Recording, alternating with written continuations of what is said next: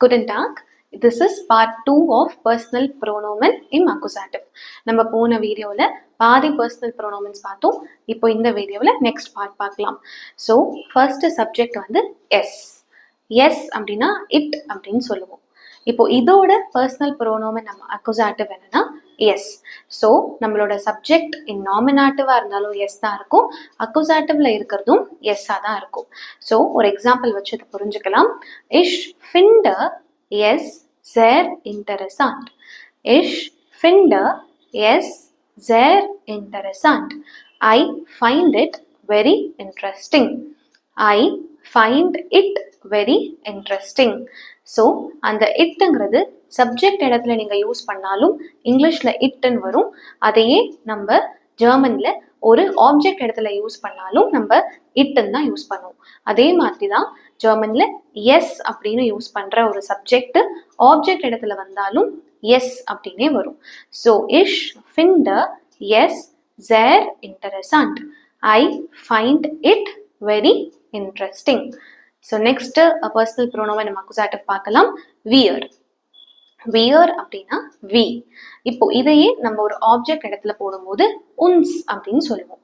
உன்ஸ். இது ஒரு சென்டென்ஸ் வச்சு பார்க்கலாம்.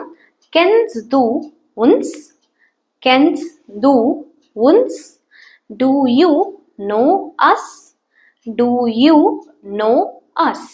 ஸோ நம்ம வீண ஆரம்பிக்கிறப்ப யூஸ் பண்ணுறது நம்ம ஆப்ஜெக்ட் இடத்துல போகும்போது அஸ் அப்படின்னு இங்கிலீஷில் மாறுதோ அதே மாதிரி தான் ஜெர்மனில் வியர் அப்படின்னு யூஸ் பண்ணுறது ஆப்ஜெக்ட் இடத்துல போகும்போது உன்ஸ் அப்படின்னு சொல்லுவோம். டு யூ நோ அஸ், கென்ஸ் து உன்ஸ், கென்ஸ் து உன்ஸ். நெக்ஸ்ட் பர்சனல் ப்ரோனோமன் பார்க்கலாம். இயர். இயர். இயர் அப்படின்னா யூ ஆல். ஸோ இதை நம்ம ஒரு இன்ஃபார்மலாகவும் ப்ளூரலுக்கு அட்ரஸ் பண்ணும்போது நம்ம யூஸ் பண்ணுற சப்ஜெக்ட் இயர். இதோட பர்சனல் ப்ரோனோமன் இம் அக்குசாட்டிவ் என்னன்னா ஆயிஷ். ஆயிஷ்.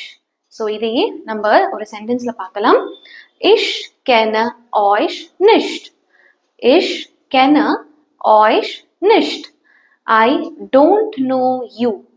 I don't know you. இந்த இடத்துல யூன்னு நம்ம மீன் பண்றது you all. I don't know you. Ich kenne euch nicht. So இயர்னு நம்ம யூஸ் பண்ற சப்ஜெக்ட் ஒரு ஆப்ஜெக்ட் இடத்துல போகும்போது ஆயிஷ் அப்படின்னு யூஸ் ஆகும். நெக்ஸ்ட் பர்சனல் ப்ரோனோமன் பார்க்கலாம். ஜி. ஜி. இந்த இடத்துல நான் ஜீன் மீன் பண்றது தே. ஸோ தே அப்படின்னு நான் சொல்றேன்னா அவங்க டெம் அப்படின்னு இங்கிலீஷ்ல மாறும்போதும் ஜெர்மன்ல ஜியாவே இருப்பாங்க.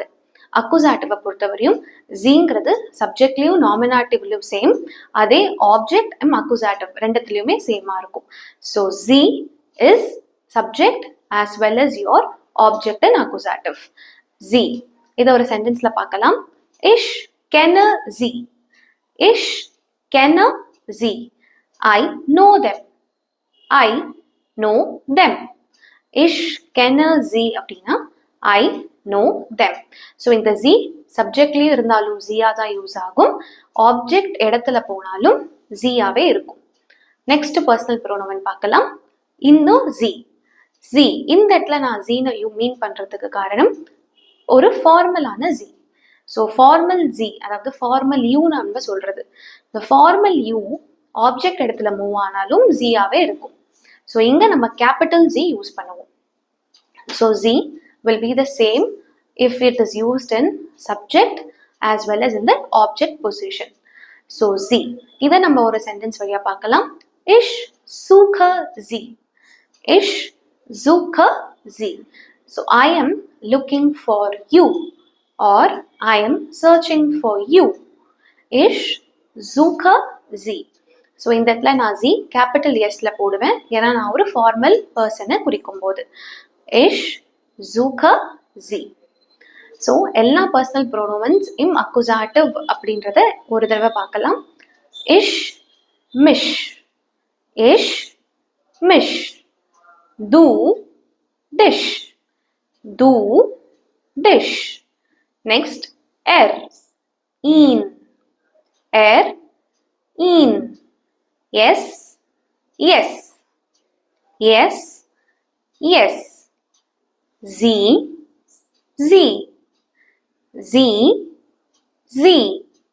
Next one, wear, uns, wear, uns. Ear, oish, ear, oish. Small z, அதாவது தேன்னு சொல்லும் போதும் z, z, z. Formal u கான z is also z, z, z. Danke.